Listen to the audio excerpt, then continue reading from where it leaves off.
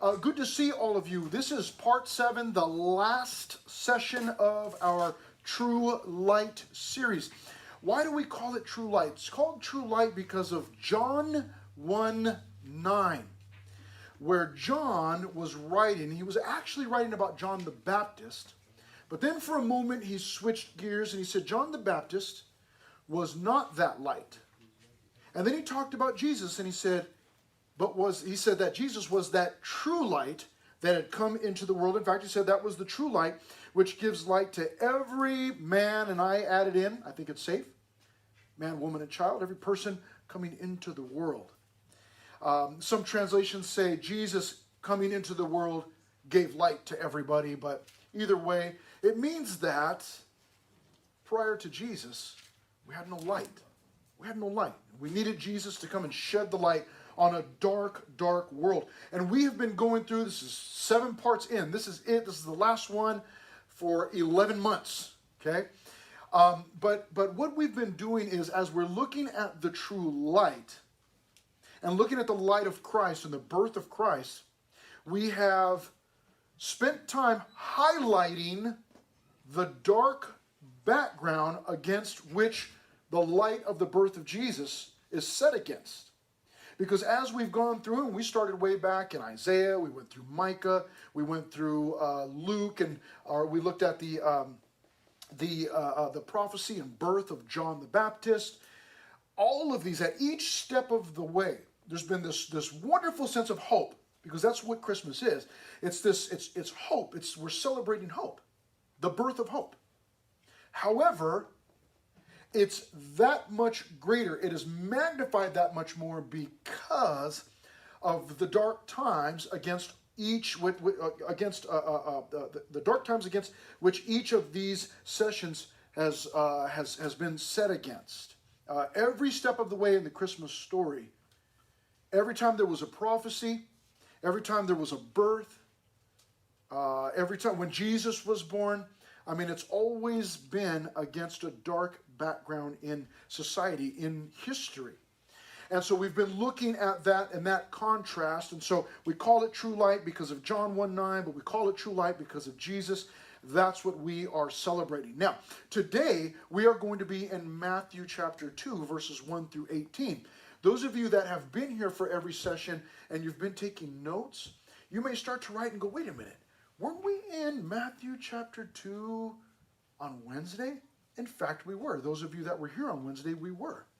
However, that night, on Wednesday night, we highlighted the wise men, their journey, their approach to seeing the babe Jesus or the young child.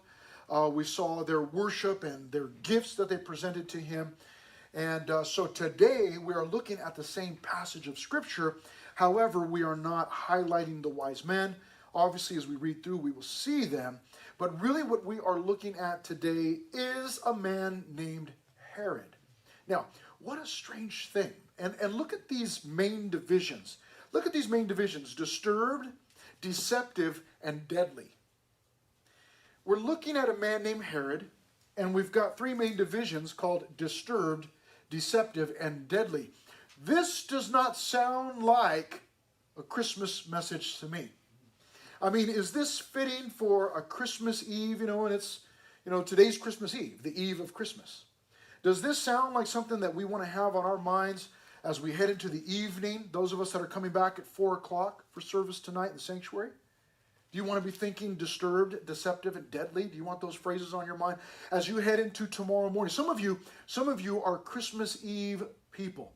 You come from a Christmas Eve family, meaning tonight at midnight, you'll start to tear open packages. That's the way your family does it. And then there are those of you that are Christmas morning. Some of you will get up tomorrow morning. You barely get any sleep tonight. And then you'll wake up tomorrow morning excited and you'll tear open packages then. You didn't ask, but I'll tell you anyways. My family's Christmas will be on Tuesday afternoon. Doesn't sound very Christmassy, does it? But we're busy and it's hard to get everybody together, so we're doing it Tuesday afternoon. But are these words that I want, as I head into the Christmas, Christmas Eve and Christmas morning, disturbed and deceptive and deadly?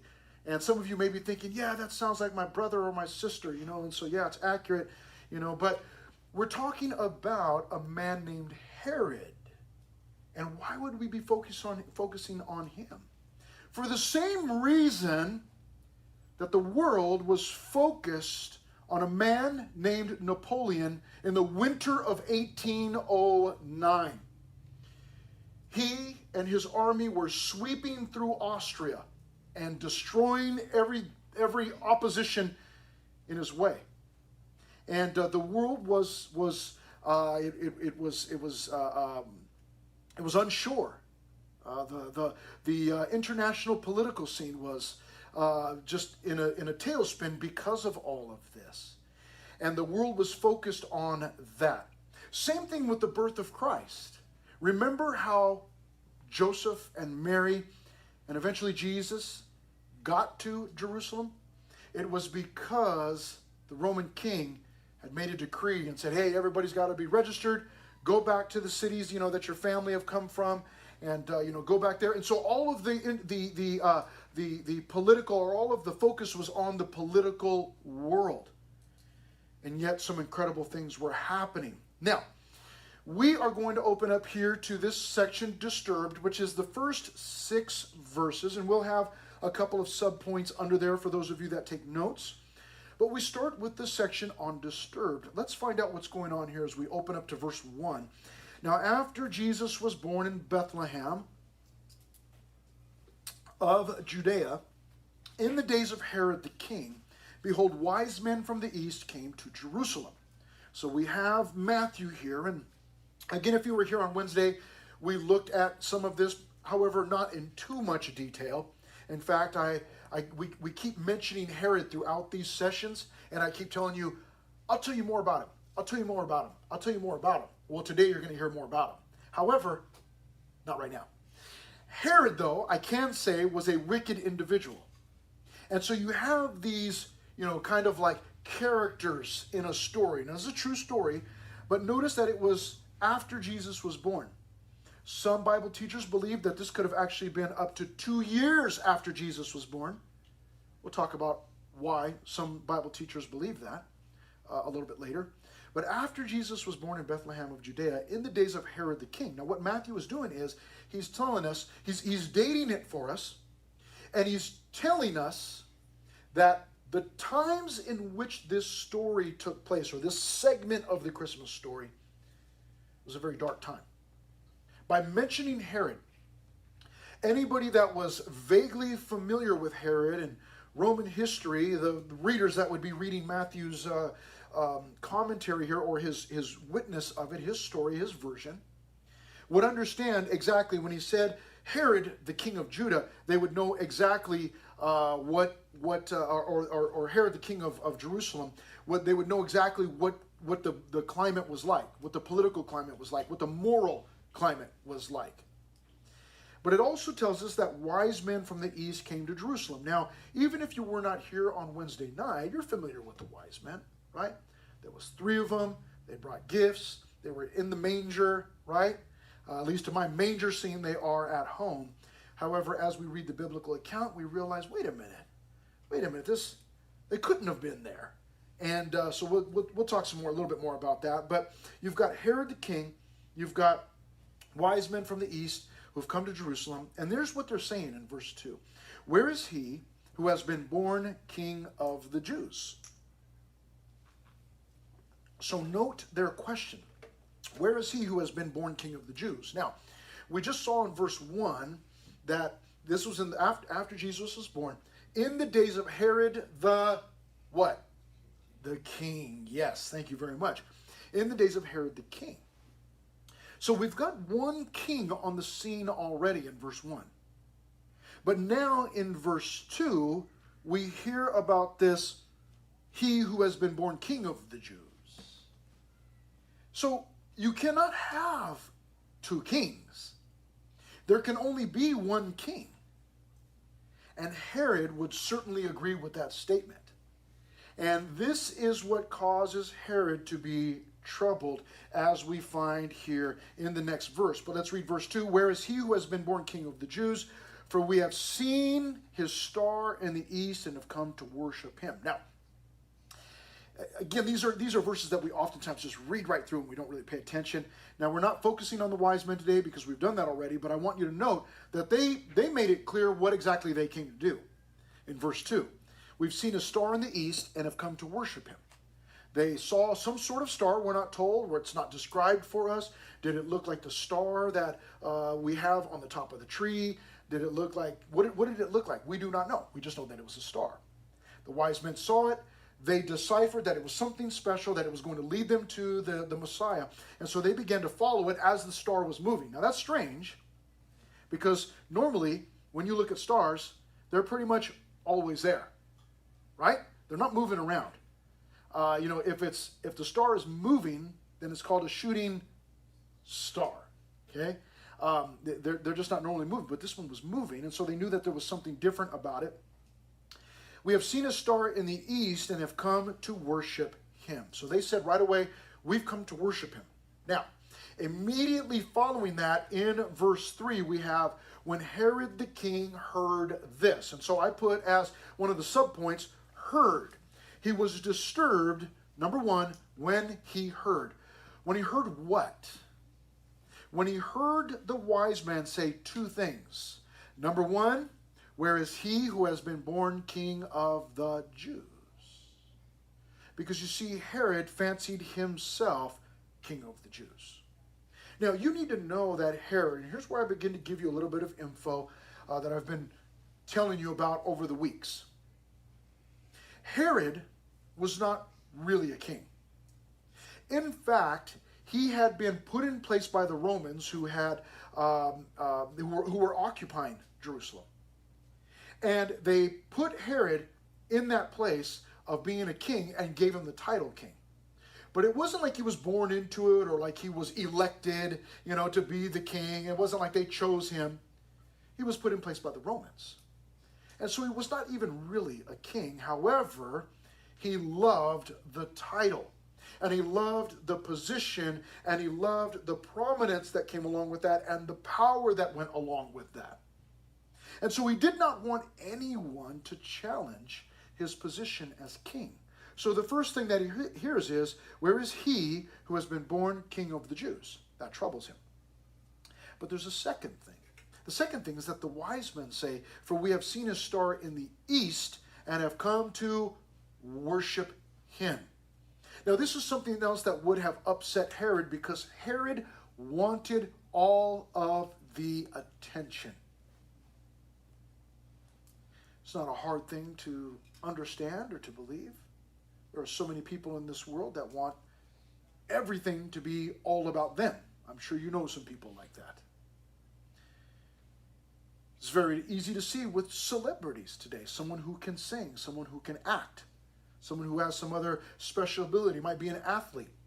Many of them allow that to go to their heads, and they become very prideful about their position, and they become jealous of anybody who challenges that. They want all of the attention. They want all eyes on them. This is the type of man that Herod is. I'm sure there could be some kind of psychologist or psychiatrist who could study Herod and tell us why, because of his upbringing or whatever it might have been. But this is who he was. But he's troubled when he hears. And so it says, when Herod the king heard this, he was troubled, and all Jerusalem with him. Now, why was all Jerusalem troubled along with Herod? Was it because they loved Herod? And I'm getting ahead of myself, but I'm just going to go ahead and tell you. Was it because they all loved Herod so much? No. In fact, many of them hated Herod. But they were troubled because Herod was troubled. It's like when you know that somebody is grouchy, grumpy, and you're just like, oh, they're grumpy, they're grouchy, stay away. Because you know that this individual, if they're hangry, maybe it's been two hours since they ate, and they're grouchy, you know that they'll lash out at you. And so you're just like, nah, steer clear, stay away, right? Well, same thing here. Everybody knew that if Herod was troubled, was upset, got angry, that people could actually lose their lives. Herod was known for being extremely paranoid. He actually had a group of men, of soldiers, equivalent to Hitler's Gestapo. If you are familiar with World War II history at all, Hitler and the Nazi Party had something called the Gestapo.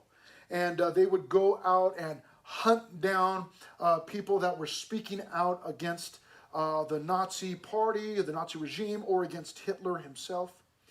And Herod had the same thing. He had a group of individuals that would go out and hunt down or investigate reports about people that were speaking against Herod or against his ruling party. And so you had, as you can imagine, people reporting one another. He wanted Jews to accept him. And so he did a couple of things. One of the things that he did was he had building projects. He was known for being a builder. Now, he himself wasn't a builder, but he ordered and funded building. So he even repaired much of the temple. And so a lot of the Jews liked that about him, but didn't like anything else about him. Now, he wanted the Jews to like him. Now, some Bible teachers believe that Herod was actually half Jew. Some Bible teachers say, no, he wasn't a Jew at all. He was an Edomite. But he wanted the Jews, nevertheless, to love him. And so he had all of these building projects. One of the things that Herod wanted to do was to inject Roman and Greek thought and way of life into Jewish society. And so he did his best to do that. He introduced games, Roman games, Greek games. Many of the traditionalists did not like Herod because of this. Now, when I say traditionalists, that is a very polite way of saying the old people. The old people did not care for Herod. Now, you all will understand this. Sometimes you like or dislike something simply based on how your parents feel about it. Now, you all are, as I look around the room, you all are sweet people, so maybe you don't do this. But there's something called, it's a rather old term, but it's called teen angst. And it's the thought that teenagers are just angry. Why? I don't know. But they're just angry. And oftentimes what you find teenagers doing, especially throughout history, and again, maybe none of you, because you all look like sweet people to me, but what you find oftentimes is that teens, people in their teens, will oftentimes go against anything that their parents like or appreciate, or they will be in favor of anything that their parents do not appreciate or dislike. Well, Herod and the traditionalists did not get along well. However, there was a group of people that loved Herod. Now, if the traditionalists did not care for Herod, guess who loved Herod during the time? Young people. And they even had a group, okay? They had their little posse. And they called themselves the Herodians. You ever heard of that? The Herodians. And so the Herodians were a group of younger people, generally speaking, who loved Herod, who wanted the Roman way of life, who wanted the Greek culture. They wanted to be Jews and practice Judaism, but they also wanted to, in their thought and in their dress and in their activities, be more modern, like the Romans, like the Greeks. The traditionalists didn't care for Herod because of the things that he was trying to inject. In fact, he, like the Romans and the Greeks, introduced the games, whether it was in the Colosseums, the fighting and the races. But do you know what the word gym? Anybody know what the word gym means? Anybody? I know what the word, like gym, like at your school, or Gym, you got gym, or you go to the gym. The word gym actually means naked. Did you know that? You look at the gym in a whole new light. Like, mom's like, you going to the gym tonight? Like, no, I canceled my membership. Not going to the gym. But the traditionalists, as you can imagine, didn't like the games because everybody was competing naked. I mean, you know that. And nobody needs to see a couple of guys running on a track naked. Nobody needs to see that, right? And so the traditionalists did not like this. That makes sense to us. We go, no, I wouldn't want to see that either, man. I'm not even talking about ancient Jerusalem. Like, I don't want to see that. Nobody wants to see that. We have a hard time looking at statues, some of the old Roman and Greek statues. Like, man, you couldn't cover that stuff up. Like, what do you know? So we have a hard time. So we understand. But these are the types of things that Herod was attempting to introduce because he wanted to be modern, wanted to be Roman, wanted to be like the Greeks. Now, he hears this and he's troubled. And so here's the second thing that happens. As a result of having heard what these wise men are looking for and what they are planning to do, he goes on the hunt. That begins in verse 4. That takes us from verse 4 down to verse 6. Verses 4, 5, and 6, the hunt. 4, 5, and 6, the hunt. It says in verse 4, and when he had gathered all the chief priests, this is where it begins to get really weird. And when he had gathered all the chief priests and scribes of the people together, he inquired of them where the Christ was to be born. So they said to him, in Bethlehem of Judea, for thus it is written by the prophet, but you, Bethlehem, in the land of Judah, are not the least among the rulers of Judah. For out of you shall come a ruler who will shepherd my people Israel. Now, in case you do not remember, that is Micah 5, 2, and 3. And I like that the religious leaders they just kind of gave a paraphrase of those couple of verses as you go back and read it. You and I have studied through that. That was our second session when we were in the sanctuary that one Wednesday night. Some of you were here for that. But this is where it begins to get really weird. You have Herod, who's ruling over the Jews, and he hears about this new, king of the Jews, and these guys that want to worship him, and he wants all of that attention. So what he does in verse 4 is he gathers up all the chief priests, all of the religious leaders, the chief priests and the scribes. Now, my guess is that many of these chief priests and scribes probably did not even care for Herod.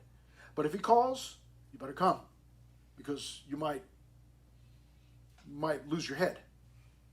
And so they show up. Now, this is the strangest thing to me, because it would indicate that Herod, being a wicked individual,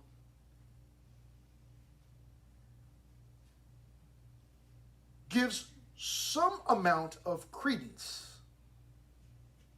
In other words, he sees the scriptures as being somewhat reliable, or else he would not have called the religious leaders together. So he calls them together and says, hey, I want you to search the scriptures. Tell me, where is this Christ, this Messiah, supposed to be born? This is crazy. And so in verse 5, they said to him, in Bethlehem of Judea. So they tell him he's supposed to be born in Bethlehem. So the hunt continues. But this is the strangest thing, because Herod is a godless man. He wants to be God himself. He wants to be worshipped. He doesn't want anybody else being worshipped. And yet, he understands that there's something in the scriptures. He's probably heard about it before, maybe from those religious fanatics, those nuts, those people, something about a Messiah or something. Hey, religious leaders, get over here. Tell me, what did you find? And they tell him, well, we searched and we found this is what it says. He's supposed to be born in Bethlehem. This is also the craziest thing, because when we go to the account of Jesus being born, when we read that he was born, that he was in a manger, or that his mom laid him in a manger. Remember that? Swaddling cloths. Who were the first visitors? Does anybody remember who the first visitors were to that manger? Who was it? The shepherds. Thank you very much. The shifty shepherds. There is no record of chief priests and scribes coming. Evidently, they knew where he would be, but they did not bother to go and look. Wow. What a strange thing. So they say, hey, he's going to be born in Bethlehem. Now, the hunt continues, but this leads us into our next main division, which is the deceptive part. And beginning at verse 7, it says, Then Herod, when he had secretly called the wise men, determined from them what time the star appeared. Keep that in mind. He asked them, when did you first see the star? Because what Herod's trying to do is he's hunting. He's trying to figure out, okay, when did you first see the star? I got to figure out the age of this child. That's what he's attempting to do. When did you first see the star? I mean, that's what you do. We've got open field behind our house. There's a small open field before some other houses. There are some other houses. There used to actually be a ranch back there. So I'm telling you this because from time to time, we will get rats running around the backyard. Now, I don't know how you feel about rats, but I hate rats. Like, hate. Okay? Mice, they don't freak me out so much. They're a lot smaller, a lot cuter. I still kill them when I get a chance. Okay? But rats, creepy. Okay? And so, a month or two ago, we saw a rat in the back, set up a trap, and we actually caught several. There were several rats. Okay? But what I always do is if somebody saw the rat outside, one of my family members, I would always ask this. I would say, well, where did you see it at? Because it's important to know where it's at, where's it active, and then you set the trap there or nearby. That's what you do, okay? Now, Herod is on the hunt, and so he wants to know, like, hey, where's it at? Where did you hear? And he hears that, it's supposed to be in Jerusalem. So check this out, verse 7. When he had secretly called the wise men, he determined for them what time the star appeared. And he sent them to Bethlehem and said, Go and search carefully for the young child. And when you have found him, bring back word to me that I may come and worship him also. This is crazy. Let me tell you why. Herod, when he heard about he who had been born king of the Jews, this Messiah, he says, religious leaders, come over here. Tell me what you find. They say, oh yeah. It's prophesied. It's part of God's plan, and he's going to be in Bethlehem. So Herod knows that this is part of God's plan,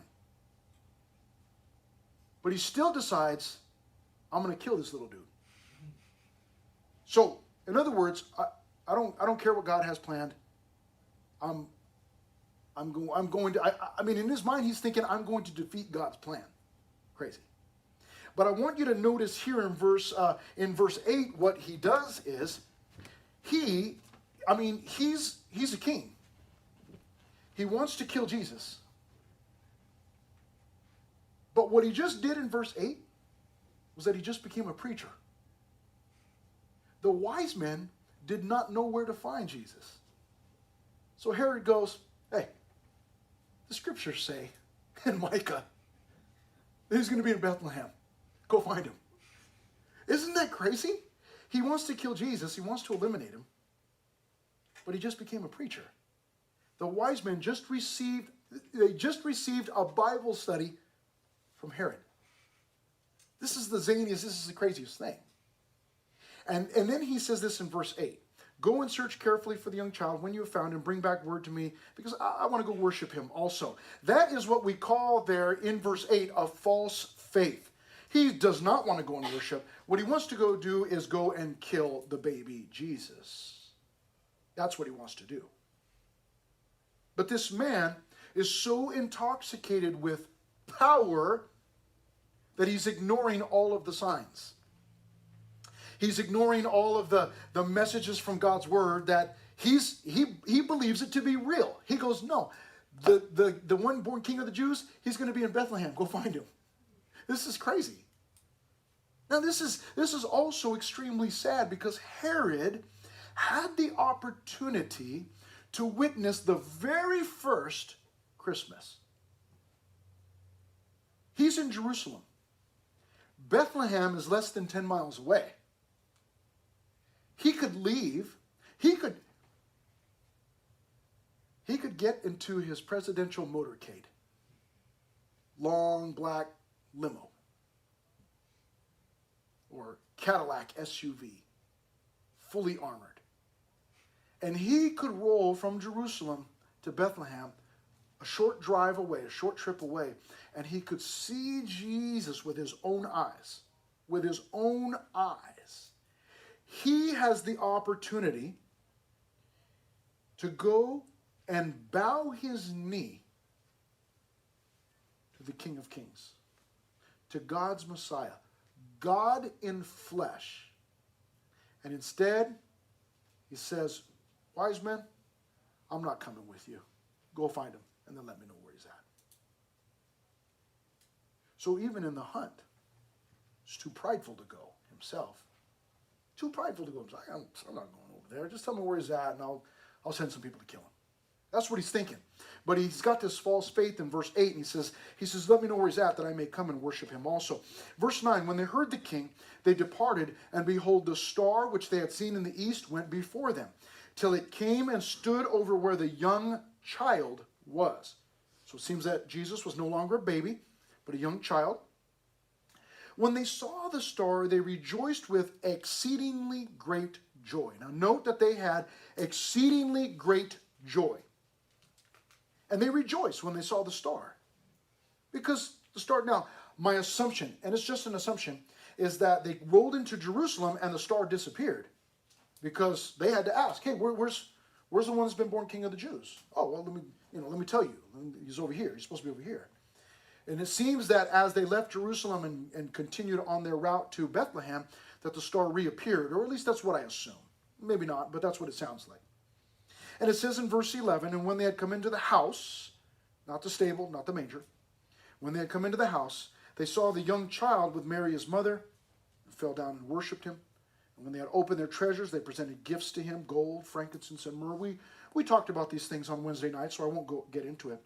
Then being divinely warned in a dream that they should not return to Herod, they departed for their own country another way. Now, verses 13 through 15, we'll just read these because it's part of the story and it's a great part. Now, when they had departed, behold, an angel of the Lord appeared to Joseph in a dream. This is neat. Saying, Joseph, he's got some wild dreams, huh? Has a dream that, hey, Mary, who you're betrothed to, is going to have a baby.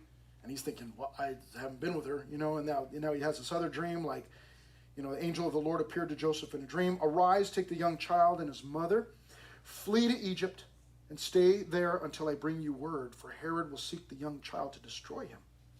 When he arose, he took the young child and his mother by night and departed for Egypt. That's not something that we talk about often, but Jesus and his family went to live in Egypt for a short time.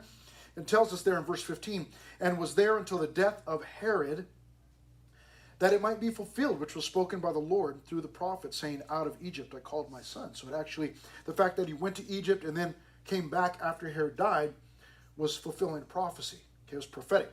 But now we get into our third and final section here, heading for home base, verses 16 through 18, titled Deadly.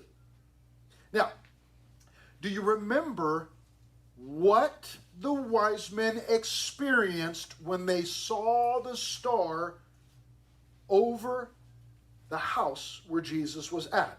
It was exceedingly great joy. Thank you very much. Because in verse 16 says, then Herod, when he saw that he was deceived by the wise men, was exceedingly angry. So you have the two different reactions to Christmas. There is the exceedingly great joy, and then there is the exceedingly great anger. It doesn't say great there, but they were exceedingly angry. And that's always been. There are people, as much as we love Jesus, there are people who hate Jesus. There are people who hate Jesus more than we love Jesus. It always has been, always will be. He was exceedingly angry because he wanted to know where Jesus was. And it says in verse 16, and he sent forth and put to death all the male children who were in Bethlehem. and in all its districts, from 2 years old and under, according to the time which he had determined from the wise men. So verse 16, we see two subpoints. And the first is that they were exceedingly angry, verse 16. Exceedingly angry. And the fact that they were exceedingly angry led to the second sub point, and that is that he executed the helpless, also in verse 16. He executed the helpless. It's not just that he executed the innocent. It wasn't just that he executed the innocent. Because there are those who are innocent, but they can still defend themselves. Not so with this group of individuals. He executed the helpless. Notice who he executed in verse 16. All the male children who were in Bethlehem and in all its districts from 2 years old and under. Now, why all of the male children in that district, in Bethlehem and in all its districts? Because he knew that this Messiah was supposed to be a boy. So, as he's hunting, he goes, okay, I know we're looking for a boy. But then secondly, we know that he was supposed to be in Bethlehem, or at least in those districts. So he spreads this net to cover Bethlehem and the districts around Bethlehem. But then also from 2 years old and under. Now, why did he pick 2-year-old boy, 2-year and younger boys? Why would he do that? Because it tells us in verse 16, according to the time which he had determined from the wise men. So he had asked the wise men, remember that? Hey, when did you first see the star? And they told him, we're not told that information, but they told him, well, we saw it whenever it was. And so he determined from that, okay, as he's sending out his murderous army to look for little 2-year-old boys, he's saying, listen, we're looking for boys in the Jerusalem or in the area of Jerusalem, and they've got to be 2 years old or younger. Anybody 2 years old or younger, kill them, eliminate them. So it's possible that the wise men had been traveling for 2 years. Possible. It may have been that they said, well, we saw the star 2 years ago, and we've been traveling ever since following this thing. Or maybe it wasn't that long, when he just figured, well, they said a year, but we're going to go 2 years just to make sure that we get them. Let's catch them. I don't know what it was. But he determined 2 years old and under. And so that's why I said that some Bible teachers believe that Jesus could have actually been 2 years old by now. But we do not know that for sure. That's not indicated for us. We just know that he was a young child. But what causes a man to become exceedingly angry at the birth of a child? So much so that he executed the helpless. A man that is intoxicated with power. And that was Herod. When Herod became king, the first thing that he did was to eliminate the previous ruling family. They were the Asmoneans. You can go back and fact check this on your own. He eliminated the entire family, except for probably a few, but at least one significant family member. I'll tell you about her in just a moment. Herod had a wife named Dolores. And he divorced Dolores in order to marry a woman named Mariamne. Why did he marry Mariamne? Mariamne was actually one of the Asmoneans, from the Asmonean family. You go, well, I thought he wanted to kill them all. He did. He eliminated the Asmoneans. Why would he eliminate the Asmoneans? Because, as I mentioned, they were the ruling family before he got there. And many of the Jews liked the Asmoneans. So you can imagine, it's kind of a bad situation where you have the ruling party still there, or at least the previous ruling party. And so they know how to rule, but also the people that they're ruling really like that family. And then here you are. And a lot of people don't like you.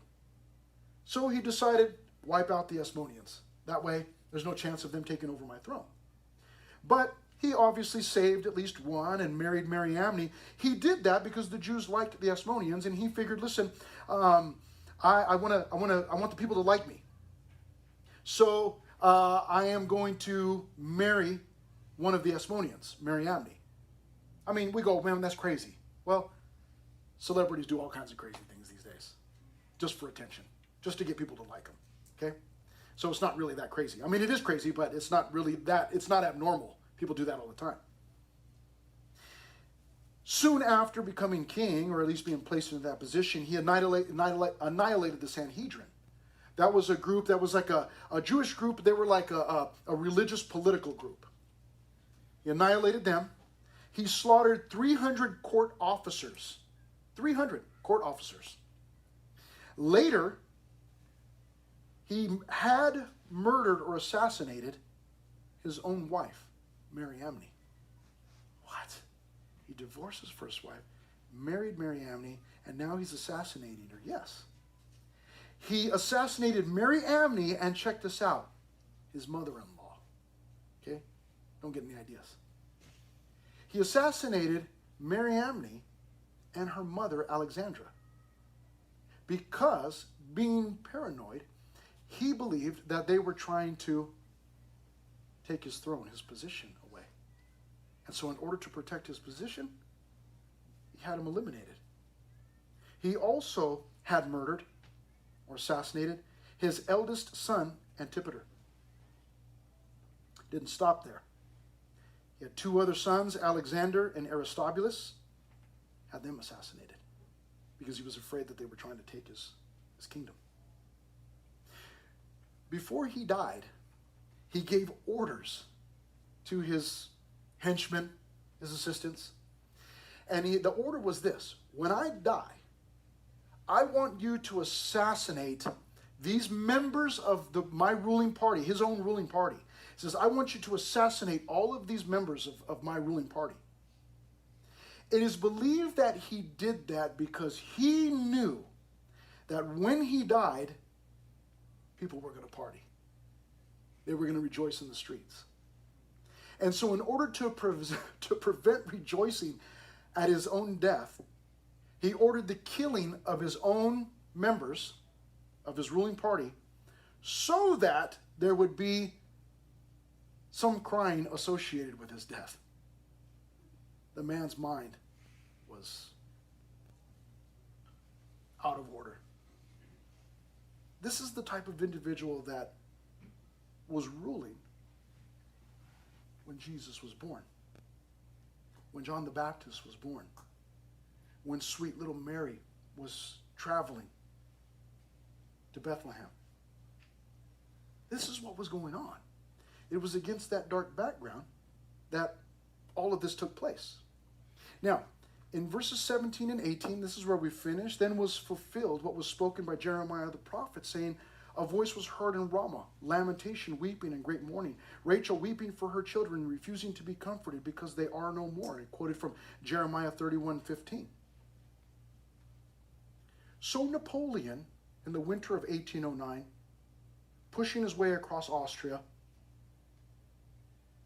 mowing down every form of opposition, all eyes were on Napoleon. But there was something going on in the United States that same year, in fact, in the winter of 1809. 3 individuals were born, January and February.